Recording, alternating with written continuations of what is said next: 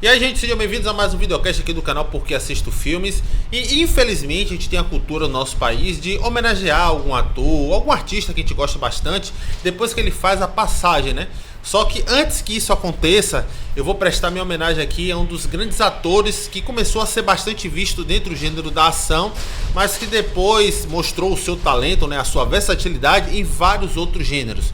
Estou falando aqui do grande Bruce Willis, um ator que infelizmente teve que parar suas atividades um pouco cedo demais, porque foi diagnosticado com afasia, que depois teve um diagnóstico até mais preciso, chamado de demência frontotemporal, uma doença neurodegenerativa que causava alterações de personalidades, comportamento e dificuldade até com a própria linguagem. Isso afetou tanto na sua carreira que até os seus últimos filmes eram de baixo orçamento.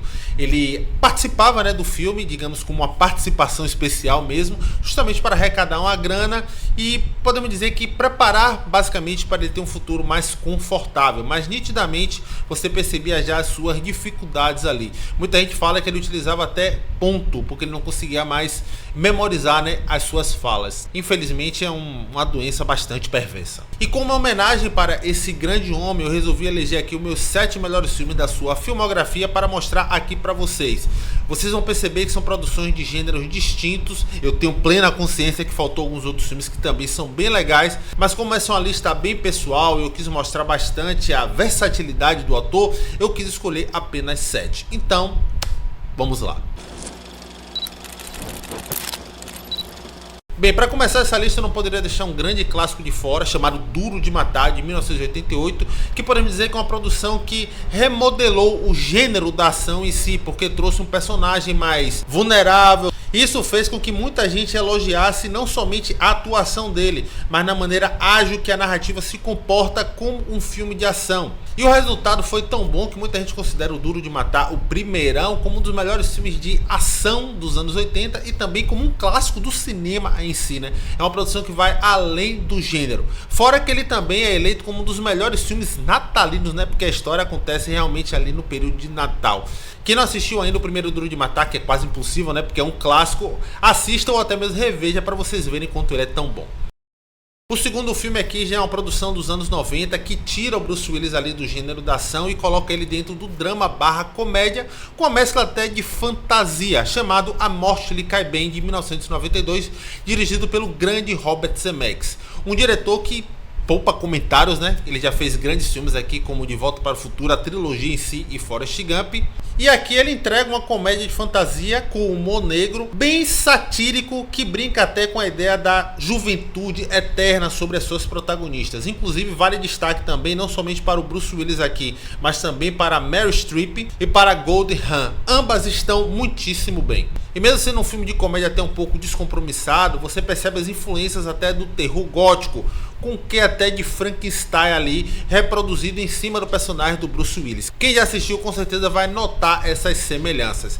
É um filme que eu gosto bastante, muitas pessoas não comentam até do próprio Robert Zemeckis, mas para quem quer começar a conhecer a versatilidade do Bruce Willis, está aí uma ótima opção.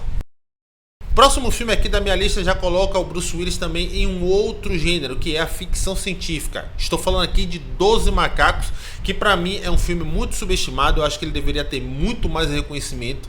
Está na minha lista fácil ali dos 10 melhores filmes de ficção científica que eu já vi. E a direção do Terry Gilliam aqui faz toda a diferença. E esse é o tipo do clássico cult de ficção científica, como eu citei, que é notável por explorar a ideia de viagem no tempo de uma maneira até um pouco diferente e de paradoxos temporais de uma forma bem complexa e que traz certas reviravoltas que você nunca imaginar que a história iria caminhar para aquele lado. E a forma com que o roteiro, que é muito bem escrito, vai desdobrando essas ideias, vai fazendo com que você fique na paranoia junto com o personagem do Bruce Willis e até do Brad Pitt, que faz uma participação aqui bem interessante. E o final você com certeza vai ser pego de surpresa. Não posso falar aqui o que é, porque é a grande cereja do bolo desse filme. Quem não assistiu ainda os 12 Macacos, assista, que você vai ver uma atuação brilhante do Bruce Willis e vai ver uma perspectiva diferente sobre filmes envolvendo viagem no tempo. Perceba que ao longo dessa lista eu já falei de filmes aqui de vários gêneros, né? Já falei de ação, já falei de drama barra comédia, já falei de ficção científica e agora eu vou falar de suspense. Inclusive esse filme que eu vou falar agora, muita gente elege como um dos melhores filmes de suspense dos últimos anos, chamado de O Sexto Sentido, do grande M. Night Shyamalan. E aqui eu costumo dizer que é até uma obra-prima inesquecível do suspense psicológico, que é aclamado muito pelo seu roteiro cirúrgico, com reviravoltas que pegam muita gente de surpresa, e com a atuação do Bruce Willis que faz você duvidar um pouco até se aquilo que ele está vivendo é real ou não. Não posso dar mais detalhes porque, caso você não tenha assistido, você pode perder ali a grande sacada que esse filme entrega no seu desfecho. E esse filme, quando foi lançado pelo M. Night Shyamalan, fez tanto sucesso que muita gente elegeu ele como o novo Alfred Hitchcock. Tanto que através da narrativa você percebe que tem algumas sutilezas e grandes influências do diretor, né? Infelizmente isso foi caindo um pouco por terra devido à sua filmografia não ter sido tão regular, né? Mas esse facilmente é um dos melhores filmes do diretor, se não for o melhor, e conta com a atuação brilhante do Bruce Willis. Ainda falando de M. Night Shyamalan, um ano depois ele lançou um filme que ficou um pouco dividido na época, porque como ele tinha lançado O Sexto Sentido, que trazia uma proposta mais de suspense psicológico, e aqui ele basicamente fez um filme de super-herói, só que com uma construção diferente, voltado para o drama, muita gente não comprou a ideia, que é Corpo Fechado. E esse filme é bem interessante porque claramente quando você assiste a história, você percebe que a narrativa ela se comporta como se fosse realmente a conjuntura de um filme de super-herói, um filme de origem em si. E a narrativa, como era bem diferente do seu filme anterior, era mais vagarosa, não tinha tanta pressa em contar os eventos que iriam compor aquela história, isso gerou um certo distanciamento. Mas hoje em dia ele é muito mais celebrado justamente pela sua capacidade de entregar um filme de herói e vilão de uma maneira mais crível, mais palpável. Muita gente fala que o primeiro filme de super-herói mais realista foi o Nolan que fez com Batman. Na verdade, o Shyamalan já tinha feito isso nos anos 2000 com Corpo Fechado. Inclusive eu lanço até um desafio para você aqui. Se você por acaso já assistiu Corpo Fechado já tem um bom tempo e não lembra mais ou menos como é que a história funciona, ou até mesmo você não gostou, reassista hoje que com certeza você vai ter uma outra visão. E assista sobre essa perspectiva, que é basicamente um filme de drama, mas que conta a origem de um antagonista e de um super-herói. Vou falar agora de um outro filme do Bruce Willis que eu gosto muito, que eu também acho bem subestimado, que foi lançado ali no meados dos anos 90, que na verdade é uma releitura de um outro grande filme chamado O Dia do Chacal, de 73. Só que essa releitura foi chamada apenas de O Chacal. E esse é um filme bem interessante porque traz grandes nomes aqui do cinema, né? Porque além do Bruce Willis estar muito bem, atuando de uma maneira bem fria, calculista, você tem também uma atuação excelente do Richard Gere, uma participação até do grande Sidney Poitier. E esse filme eu também acho que ele não foi bem aceito na época, porque ele veio na contramão dos estilos de filme de ação que estavam sendo lançados.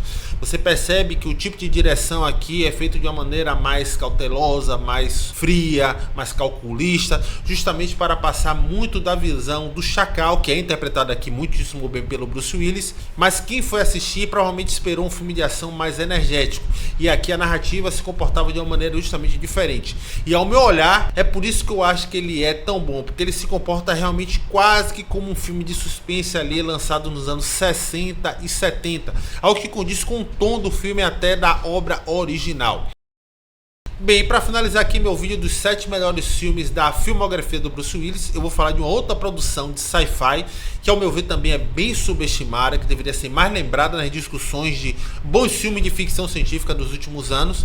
Vou falar agora de Looper, Assassinos do Futuro, que é dirigido pelo grande Rian Johnson. Inclusive, Rian Johnson é um outro diretor que sabe muito bem conduzir obras de ficção científica, e ele dirigiu para mim um dos melhores filmes, né, da franquia Guerra nas Estrelas, que é Os Últimos Jedi.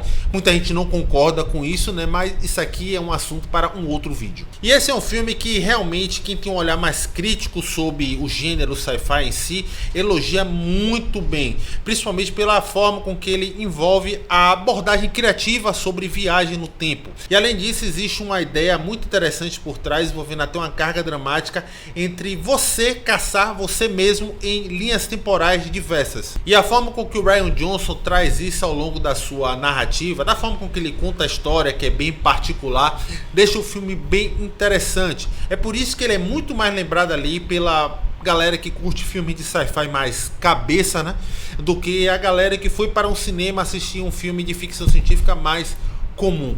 E a atuação aqui do Joseph Gordon-Levitt junto com Bruce Willis, que faz a sua versão no futuro, é muito interessante. Eu acho que os dois têm uma química bem como é que eu posso dizer aqui, diferenciada, tem um contraste ali que chama uma atenção bem legal.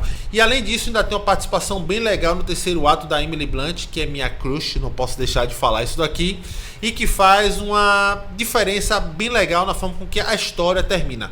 É um filme que eu gosto bastante, eu assisti ele umas 2 vezes, a segunda eu gostei ainda mais. E se você procura um filme de ficção científica bem diferente envolvendo viagem no tempo, Looper é uma ótima opção.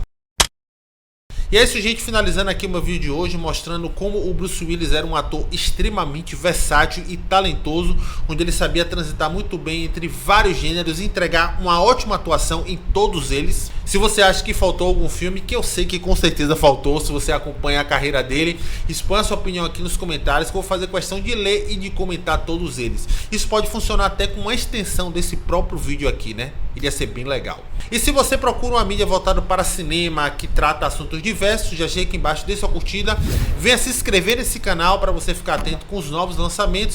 E se você quiser indicação de outros filmes de uma maneira mais compacta e direta, venha me seguir no Instagram e no TikTok, que eu dou várias indicações por lá também. Beleza?